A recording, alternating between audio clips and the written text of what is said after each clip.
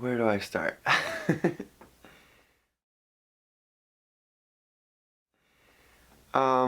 This might be the most honest video I've ever made, and I just wanted to get it out there because recently it's been heavy on my heart where I just was like, you know, I just want people to know, and I want maybe others to take something from my story.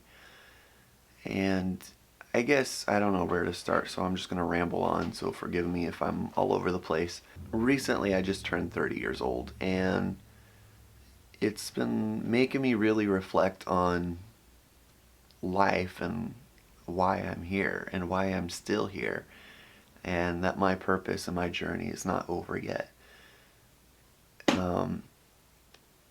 There's been lots of ups, lots of downs in the last 30 years of my life.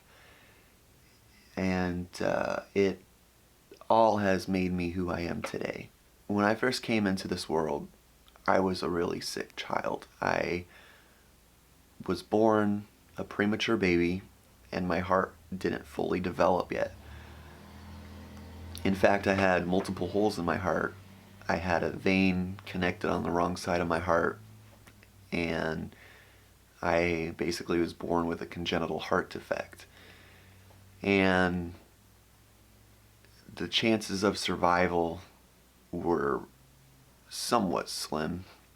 And I always imagine, what my parents had to go to, in their early 20s going, oh my gosh, we just, we're filled with joy. We have a new baby, but now we don't know if the baby's gonna make it. The solution to that was I had to undergo open heart surgery. I had to get the holes in my heart filled up.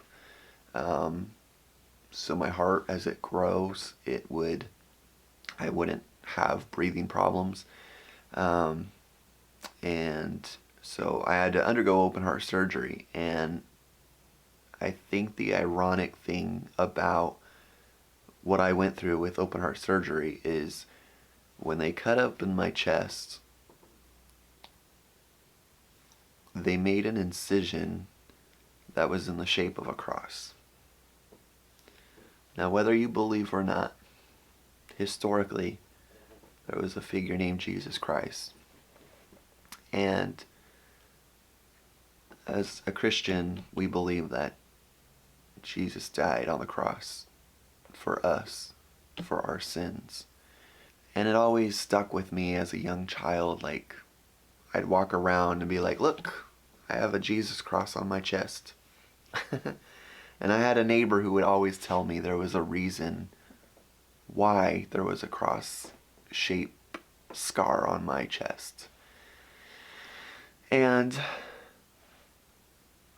growing up, I would attend like a Sunday school, and I'll never forget this. And I remember my earliest childhood memory was I was probably 3 years old. And I was kneeling down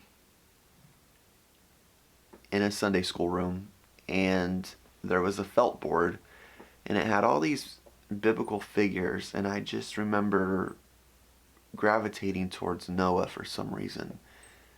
Because I liked Noah. He had the Noah's Ark, he had the big boat, he had the giraffes, and he had two of every kind of animal. So these felt pieces, I was just, putting them on the board. And I remember there was a rainbow, and I remember there was clouds, and you just got to decorate this felt board. And this felt board, from a 3-year-old's perspective, just felt so huge. And I just remember feeling so uplifted and feeling something, and I couldn't explain it. It was just, I was filled with joy, and I felt his presence, and I just was like, there's something greater out there. So I remember going to Sunday school. It wasn't consecutive though. It was, I would go and then I wouldn't show up. Um, and I just remember just going there and always feeling like I belonged, you know? Growing up, there was a stage where I didn't go to church, and then I joined Cub Scouts. And there was a den leader there who invited my parents and I to a church called New Hope Christian Fellowship in Vacaville, California. And we attended, and again, it was that joy of you enjoy waking up early on a Sunday morning to go learn about His Word. And I'll never forget like how I learned the Ten Commandments in the Sunday school I attended. Was basically they had all these road signs like do not enter and railroad crossing and do not pass and a stop sign and all this, and each one was symbolic to, the Ten Commandments of, and that always stuck in my head. Like that was just like one of those lessons where you're like, cool, Deuteronomy 5:12, and you just it stuck with me. When I got into sixth grade, my sister began attending the youth group at New Hope. Since she was my sister, I was able to go with her, and it was the best 2.5 years of my youth. It really was. It was just, I was young, I was going through that awkward puberty stage, and I felt like I was surrounded by people that I didn't hang out with anybody outside of church. Like I had friends at church, and it's like, oh, I'm gonna go to church to see my friends there, and it was great. They were all in high school, so I felt like I was the cool high schooler, even though I was only like in sixth grade, and going through that transitional phase of going into middle school. And it was something I looked forward to. I loved, like, worshiping meant so much more to me then. It was not just about the music, and it wasn't just about the lyrics and clapping and dancing, and it was, you really felt that, you felt God's presence in the room when you would walk in. And I'll never forget, every time I would walk into New Hope, they would have a cross, and they had a purple, like a wreath or wrap, a drape that went around the cross. And my eyes would always be like glued to that. Like I would just be like, Jesus is here. He's right there. He's watching all of us. And I just loved, like the pastor, the youth pastor I had, he was hilarious. He was brilliant. He just would make everybody laugh. He would always compare, like, who's better, Superman or Batman? And then, he would, we would just read the Bible. And it was just, it filled my heart. It was like, it gave you a sense of a purpose. And I remember one day walking into the youth group, and I was already, I believe, like in 8th grade. And I walk in, and I'm looking around like, where's Pastor Donnie? And everyone's like, oh, you didn't know he moved to Nevada. It's like, wait. Now, my whole life, I never really liked change, I'm like a dog. Like, if you move something, I'm like, wait, that doesn't belong there. Like, you changed something. And when you were going to church and you looked forward to hearing the word from a certain pastor, and one day they're gone. And shortly after, the main pastor at the church, he ended up retiring. And again, it was like heart-wrenching. It was like, man, this really stinks. It was unfortunate because finally you felt like, not a mentor, he was a pastor, but it just felt like, you belonged and you were comfortable going. And then this other guy took over, and it was just like, who's this guy? And I don't like him. And I just was like, nope, Pastor Donnie is not preaching today. I'm not going to go to youth group because why bother? And I was frustrated, and I stopped going. And then, of course, I went into high school, and my schedule was, it was high school in the daytime, and in the evenings I was dedicated to going to community college so I could get my degree in theater arts. And so I was always rehearsing for plays and musicals and choirs, and I just, during that period, there were people at my school that were labeled the stereotypical Bible thumpers. And at that time, I had my set of beliefs, but I just didn't fit in with them. They were over the top. They seemed phony. They seemed fake. They didn't seem sincere about being a Christian. They were quite pushy. They were telling other, atheists and other people at the school, like, oh, you don't believe, you're going to hell, and this and that, and, you're not saved, you need to be baptized. And I would just sit there in frustration, and my head would just be like, wait a minute. And I'd question myself, like, am I really a Christian if these other kids in my high school are like at this level and I feel like I'm down here? Because, and I was just like feeling this like who am I? So at this time, I was so I was busy with school that when it would come Sunday, I would be so exhausted. I'm like, I'm not waking up at 8 o'clock in the morning to go to church, like to make it to 9 o'clock service or 10 o'clock service. Like, no, I'm exhausted. I need a break. I need to memorize Shakespeare, not the Bible right now, And in high school, I was like, and Pastor Ben and Pastor Donnie weren't the pastors, so why am I going to go to church? It's not the same. It's not the same. I'm not going. So for a period, I stopped going. Now, I didn't stop believing. It was just the fact that I was busy. I had a busy life and I had a busy schedule. As time went on, there was the church that these other fellow students at my high school were attending, and it was a massive church. There were, I want to say, almost close to 400 people attending the church services, and for me that was overwhelming because the church I attended probably had less than 100 in the sanctuary, and I would just go and I'd walk in and I felt like I was this small, and I'd look around and I'd just be like, like it was just too chaotic, and it just seemed not real. It just seemed fake. It seemed like a Broadway musical or something where you were like, this is not real. It's all pretend. I would stop praying because I was so busy. I stopped reading the Bible because I just didn't care. It wasn't my top priority. My top priority was trying to fit in school and make friends and get a girlfriend and, figure out my life. And also at the same time, I became a music journalist and TV host and an actor where I was interviewing these rock bands that, had tattoos, and they were into singing about their feelings of being depressed and suicidal and going through heartbreaks. And at the time, when you're a high schooler and a teenager in general, you could relate to those things. So you gravitate towards that versus compared to, oh, I'm going to listen to Mercy Me and Big Daddy Weave because Big Daddy Weave and Mercy Me aren't singing about, I want to end my life because I'm alone. Meanwhile, a band like Papa Roach, My Chemical Romance, and The Used are singing about that, and you're like, oh, I'm going to listen to that because, oh, I could relate. I started turning away from God slowly.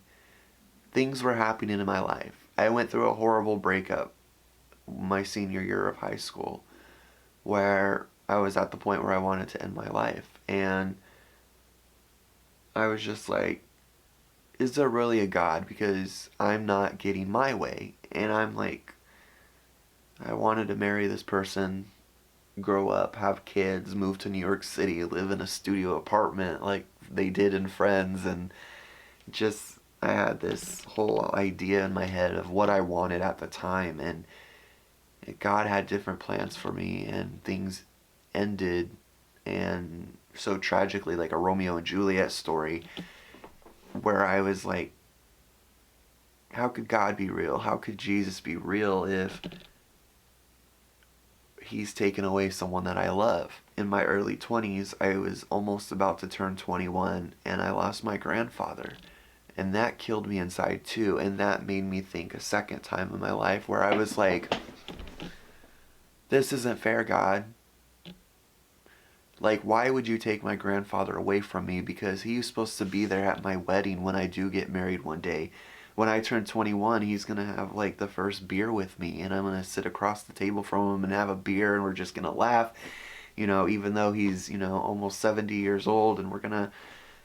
And you took him so early from me, and I know he was unhealthy, but God, that wasn't fair. You killed him, and it just tore me to pieces. And for this, I was like, I'm done praying. I'm done with you. Because you're not listening to me, God. You're not wanting what I want. I want to have this successful job, and here I am struggling working these crappy part-time jobs that I don't want because I'm selfish and I want to be at the top level making X amount of money and having my own house and getting married and having kids and doing all these things that as a child I grew up as wanting and needing and desiring. Probably 4 or 5 years I pushed God away. I would hang out with people that were non-believers, and I would have conversations with them, and they'd be like, God's not real, oh, church makes me sick, and oh, those Christians, and oh, those Jews, and oh, those Catholics, and this and that. And I'd just be like, oh, oh, I know what you mean. Then time went on, and as time went on, I was losing friends because we would hit heads for something I believed in and they didn't, and I think would be really important, and they didn't value that, and they would just think it meant nothing. Now remember, I said I stopped praying, I stopped reading the Bible, and I went through this phase for 4 or 5 years in my life where I'm like, I'm done. Like, I have no purpose. I'm just going to work. Like, and I physically don't feel like I'm there. I'm like, or mentally I'm there. It was, okay, going into work. Am I happy? Yeah, I guess. I'm getting a paycheck, whatever. And I just felt miserable for the last few years, you know? And I wasn't happy. I was always looking for friends. I was always looking for relationships. I was always looking in the wrong direction. I was trying to get that, dream job, and it just wasn't coming. I'm like, why? Why isn't life going the way I want it? Why am I not married? Why are people close to me dying? Why are people in my family having cancer and getting really sick? It's not fair.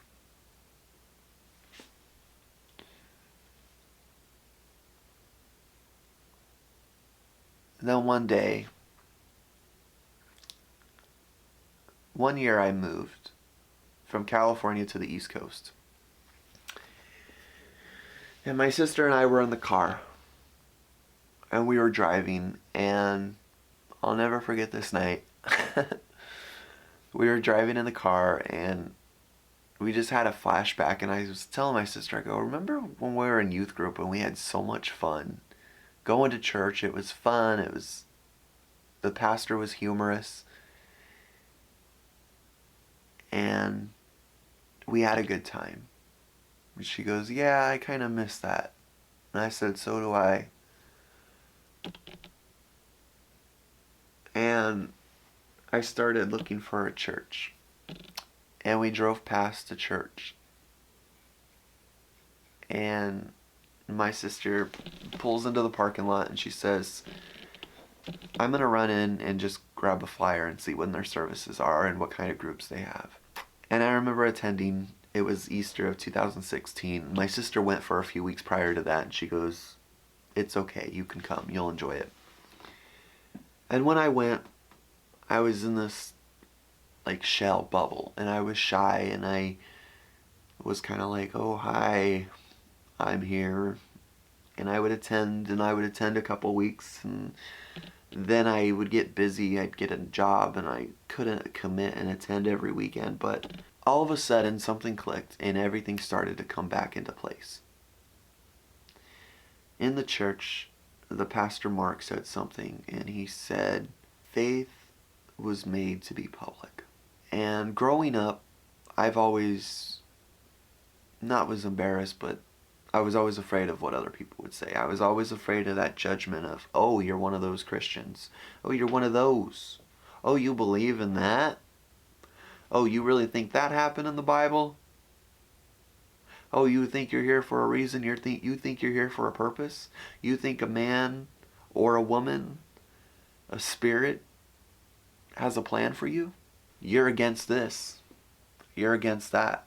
Oh, you don't like these people. You don't like those people. If someone does this, you don't approve of that. And one day, I decided to make a choice and say, who cares what other people think? If I believe this, or I'm for that, or I'm against that, then I am. Because you know what? That makes me who I am. And that's okay. And I started going to church in 2016, in the last 4 years. It's been hard. It's not easy. Because I feel like a string, and a string is pulling me forward and back. Where it's like, yes, go to church. Get involved. But then part of me is like, I've been hurt in the past. And I don't know, maybe I'm diving in too fast and too deep. When I go, I feel good. I feel better. If I go to church on a Sunday, I feel good the rest of the week until then about Wednesday, Thursday, Friday, Saturday, I'm like, I'm ready to go to church again. For the most part, I feel like my life's starting to get back on track again. And looking back, what I'm trying to get to, this whole video, the whole idea is what I'm saying is that whether you believe, you don't believe, you got to believe in something. Believe in yourself. Believe in your family. Believe in your friends. Believe in Jesus. Believe in God. Believe in something. Because if you don't have that belief, you're going to get lost. You're just going to go in circles. And you're not going to go forward. You're just going to go, why am I here today? What am I doing? Should I get a job? Should I quit a job? Should I get a relationship? Should I just stay single for the rest of my life? Should I do this? Should I work here? Should I work there? Should I just go back to school? Should I just give up on life? And that's when it's hard. And trust me, I've been there many times. Where you see no purpose. You see no point in life. You see no point in waking up tomorrow because nobody loves you. Nobody cares. Friends come and go. Family members come and die and move on and get married and have kids and move on. And at the end of the day, you have to worry about yourself and what you want. And those friends, they might be your besties. They might be your best man at your wedding or whatever. But people grow and people come in your life and leave for a reason. And at the end of the day, you have to worry about yourself. And you have to believe in something to get you to the next day. And I think that's where my faith comes in. And that's why I believe in God. Because it helps me, it strives me to know that I am here for a reason. I am here for a purpose. And maybe right now in this moment in my life, I don't know what that is. But I'm leaving it up to Him right now. And if you're struggling, it's okay to talk to Him. I do it best when I'm home alone. And I'll just be like, God, why am I hurting? Why am I suffering? Why is this going on in my life? Where do I belong? Where am I supposed to stand? And where am I supposed to go from here? And God, who am I? As a person, as a human being, as a soul? What type of person am I? Where do I belong? And what am I supposed to get done today? And what do you want from me? Not what do I want and what I'm going to do, but what do you, God, want from me? And look to Him.